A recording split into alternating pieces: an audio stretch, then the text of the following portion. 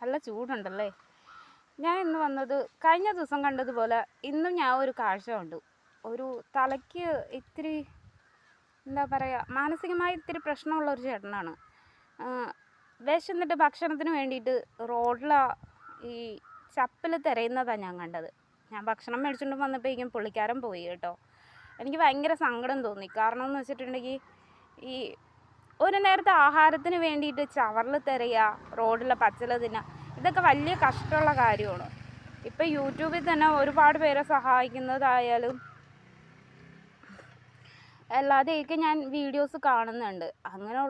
ഇങ്ങനെയുള്ളവരോ ഒന്നും നോക്കുക. ജസ്റ്റ് എനിക്ക് സഹായിക്കണമെന്ന് ആഗ്രഹമുണ്ട്, പക്ഷേ എനിക്ക് അതിന് പറ്റാത്ത സിറ്റുവേഷനിലാണ് ഞാനിപ്പോൾ ഉള്ളത്. അതുകൊണ്ട് എന്താ പറയുക, ഇങ്ങനെ യൂട്യൂബിൽ ഞാൻ ഒരു വീഡിയോ കണ്ടിരുന്നു. ഇങ്ങനെ മാനസികമായി ചെറിയ പ്രശ്നമുള്ളവരെയൊക്കെ കുളിപ്പിച്ച് വൃത്തിയാക്കി അവരെ ഹോസ്പിറ്റലിൽ